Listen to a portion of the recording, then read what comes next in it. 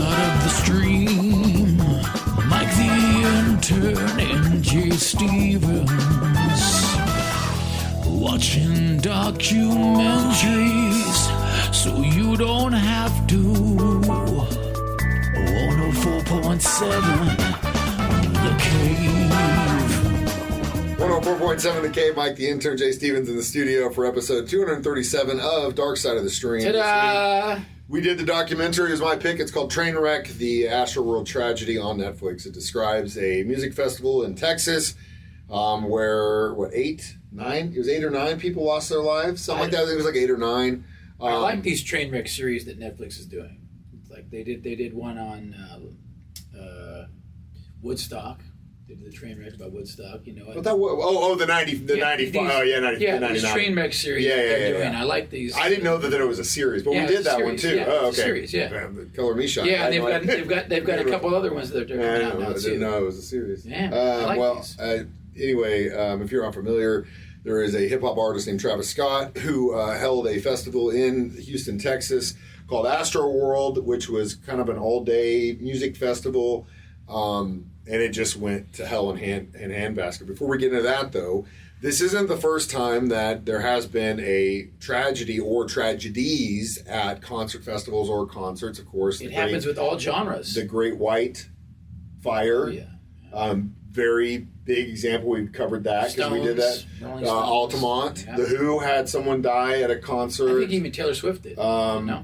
And then South America or something like that. Wasn't it like heat exhaustion or something like that? Yeah. Radiohead had it wasn't even at a show. They were building the stage and there was a collapse and they lost a longtime member of their crew. Rock and roll's dangerous, man. So again, when you're talking about festivals, concerts, huge outdoor things, there's a lot involved. You have a crew of several hundred dudes that are holding up rigging and, they're climbing up 1,000 feet in the air. Yeah, that's a crazy job, dude. Crazy. I'm best friends with the guy who does it still. Crazy job. I mean, he went down as soon as that Post Malone Jelly Roll thing done. He was down there trying to get in for 2 hours, but he was the one that tore it down. So, I mean, that part of it in itself, and I think what I'm doing here again is to try and give perspective of there are so many levels of putting something like this on that at any point, if there is a failure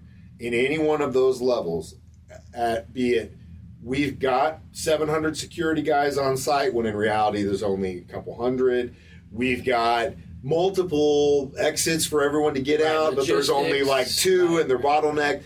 Our traffic situation, or we're not checking everybody at the gate, or they're whatever the case may be. Or the gates are so flimsy people can just bust them down. Or they're jumping. That's fences. been happening since the 60s too, Yeah. So what I'm saying is this stuff already, when you get this many people together, you are already playing with fire. And again, I told you about the Watt Stacks box set I got. We did that Watt Stack documentary, early 70s. Stax Record did that festival. I ended up getting an insane deal on the box set. It was 10 LPs I got for $50, which was a crazy good deal to have it all. Not sponsored. But the reason why I know it was discounted so much and why it didn't get sold is because literally half of those records are stage announcers saying, guys, you need to get back to your seat. You need to go stop. We got 100,000 people here. Why are 1,000 people deciding how this is going to go? Literally, this has been going on in every generation since the beginning. This isn't a youth thing. This isn't a hip-hop thing. This isn't a rock and roll thing. This isn't anything. Well, this is when you get a lot of people together, things are going to go wrong. And I was not familiar with Travis Scott.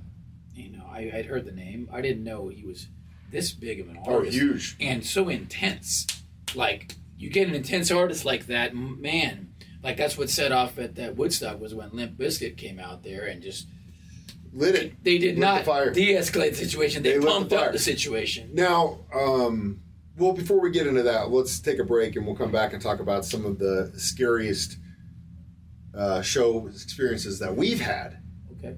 Next, Dark Side of the Stream on 104.7 The Cave. Dark Side of the Stream, Mike the Intern and Jay Stevens,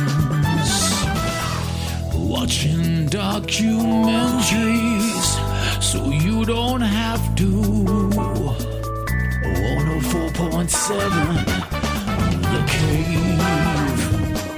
Mike the Intern, Jay Stevens back in the studio. It's Dark Side of the Stream, episode 237. We are discussing Trainwreck, Astroworld Tragedy on Netflix. So, again, we all know because this made the headlines of what happened, and we'll get into that in another segment. But what I want to talk about now was, do you have, or have you had any instances where you were at a show or a festival or playing a show where things went wrong? Yeah, I mean, I've had instances where girls have jumped up on stage and fallen off stage. Twice. One time it was so bad, like straight to concrete. I thought this chick had died, dude. It was sketchy. It was. And in that point, you got to understand, as a performer, as a promoter, as a bar owner, that you're all now liable for this. Yeah, because you could say that Jay, he told everyone, "Hey, girls, get on stage and jump." Girls, yeah. He's liable. He and Machine Gun Symphony get sued. The venue gets sued because there wasn't security to stop them. Again, the law is written such that people are stupid. Yeah. You got to stop them. You have to know. That's why we got to do those things. It's like you have a parked car in the middle of the street, not on the side where it's supposed to be. Yeah. And you hit it, you're at fault. Yeah. Not the idiot that parked it there. You have to know better to do better. Now, and that's the way it's done. I don't think I've ever been a participant at a show and had a crazy experience, but I know you've gone to some pretty packed shows. Oh, I've had all kinds. The one I will talk about here, in this case, involved me in heat exhaustion, and I had to basically heat stroke. I'm pretty sure is what it was. Went to a show, middle of the summer, two bands I really, really love. First band was done, and it was right after I'd started eating different, and I know my blood sugar was out of whack, so I think this contributed to it too. But the second band starts playing, and they played one of my favorite songs, and I was hot. I mean, it was 102 that day. Ooh. And I had taken my shirt off, and I was going crazy. Well, then they kind of set everything about, they had like an acoustic kind of portion of the set. Everyone sits down, they kind of get into it, and while I said, and I'm sitting down there, and I'm like, man, I don't feel good. I don't feel right. And I was like, I'm going to go get some water. Again, I think the whole day, because it was so hot, I just can't drink when it's that hot. It's just, it doesn't work. I may have had like 2 beers over the course of 4 or 5 hours. So anyway, I walk up the path and blacked out.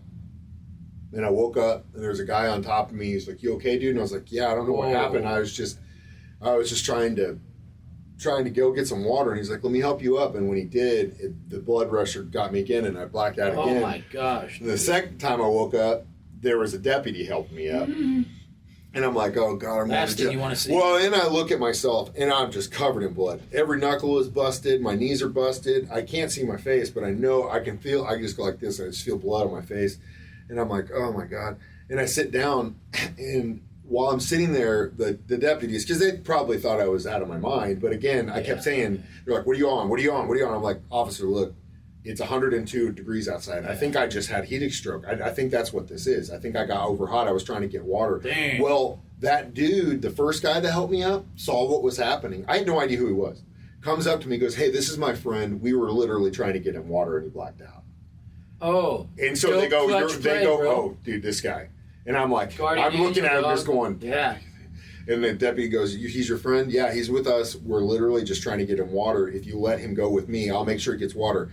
Well, at that time, the EMT comes up, and she looks at me, and she goes, I'm admitting you. Because, I mean, I was IV or something? No, I'm taking you to the hospital. Oh, because I was covered in, I had gashes all over my body. You must have looked like a freak, dude. It was bad.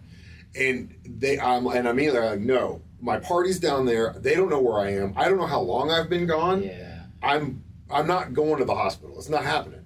And then she's like, well, you're not going back in that crowd with covered in blood like that. And I was like, well, then give me a towel. And so the deputies, because if he wipes him down, you let him go. And she goes, fine. So the deputies go into the bathroom, come out with like a stack of he literally was pulling the hand towels and wetting them for me. Dude. And I'm sitting at this park bench. He comes over, gets them to me, and I just wipe myself off. And then I like get all the blood off, and I look around, and they had turned their back, and I just dipped the hell out. And went back, walked into my seat, sat down. Everyone's kind of partying. And then Krista just looks at me and does a double take, and she's like, "Oh my God!" And I was like, I just put my hand up. I was like, I can't talk about this right now. I don't want to talk about this. Wow, that's an epic story, dude. So, point being, that will happen.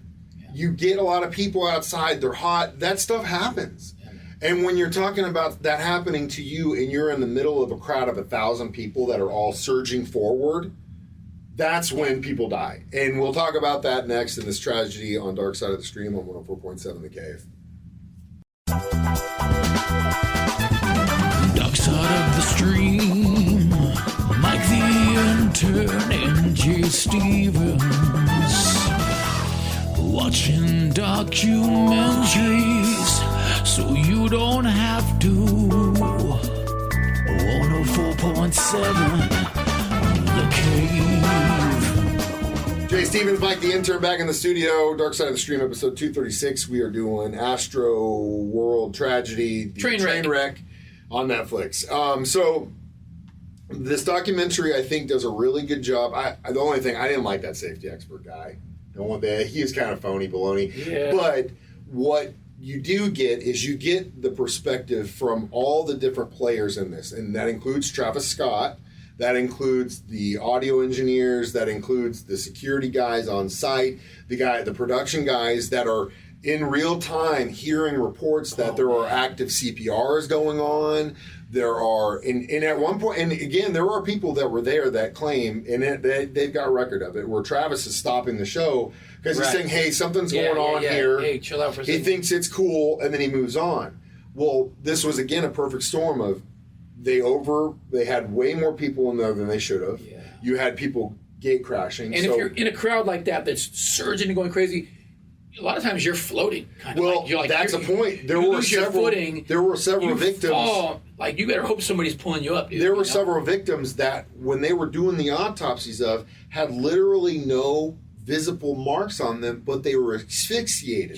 So basically, they got pushed into a crowd and lifted so tightly that they got suffocated to death.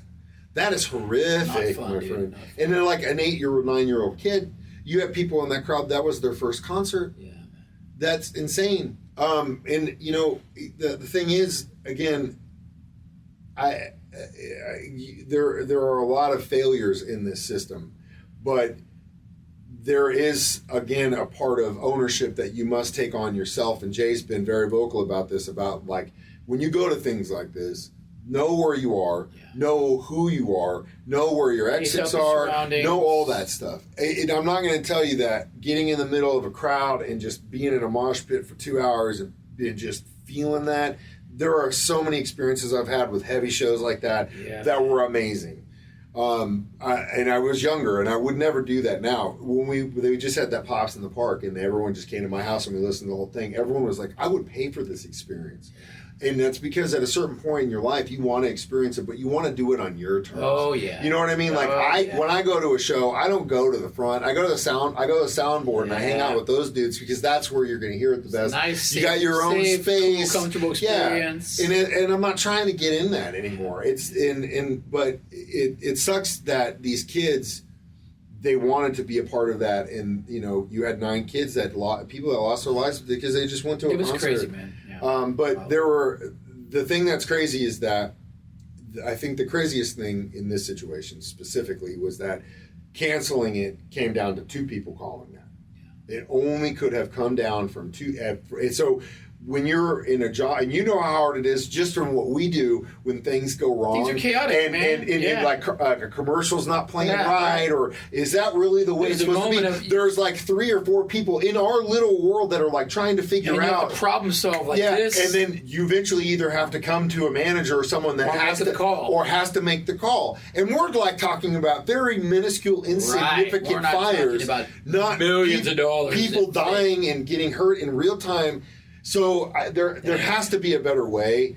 You know, all these kids, and you feel bad for the guys that were involved in this that are going to take this with them for the rest of their lives, because now they know what happened and they didn't make that call.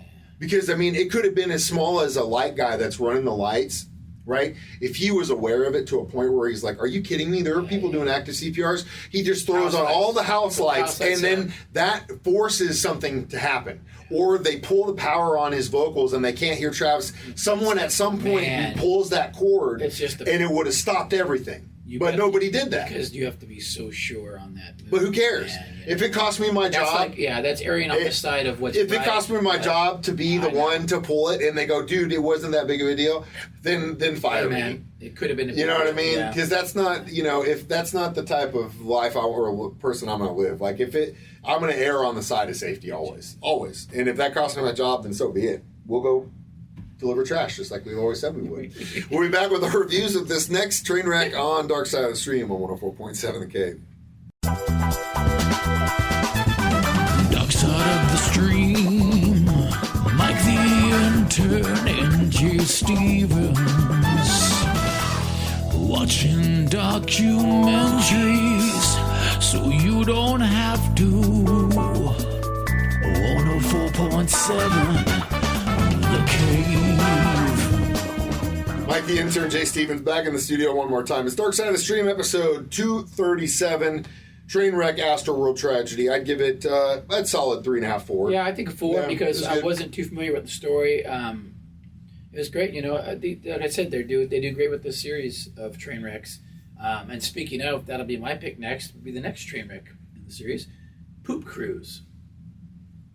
About a cruise? Oh, the Dave Matthews Band thing at the where they dumped No, there's a story. Okay, so the Dave Matthews Band was on tour, and their bus driver stopped over the river in Chicago, like downtown Chicago, and dumped the septic tank into the river. Oh, that could be problem with that is they do live tours on the river all the time, and guess who got covered with waste? No, a bunch of people on a tour boat, my friend. So that's what I thought it was. That would be probably a great train wreck episode. Oh, but still. No, this is about a cruise ship that just everything went south, man. Poop cruise? Yes. This would be great because I always give him hell by going on cruises. He loves cruises. I hate them for a lot of reasons. But I love him for a lot of reasons. We'll fight about this next time. Oh, no! You can stream this every Thursday at 9 on Facebook or YouTube. You can download it as a podcast at the same time for free. You could come hang out with Tyler and do it live. Just don't do it when he's sick because he kind of becomes a little He's poopy. quiet today. I don't know what's going on. He's kind of got a little stash going on, too. I know, it's going good. I don't have to compliment him anymore because it's there. It's part of him. He's actually got a mustache. You look like Morgan Wallen. Do you want to give everyone an update? You started it. I'm just sick. Yeah. You're sick? Oh, great. That's all I need. All right, well, 2 weeks we'll give you a good update. It's Dark Side of the Stream. We watch movies so you don't have to. On 104.7 The Cave.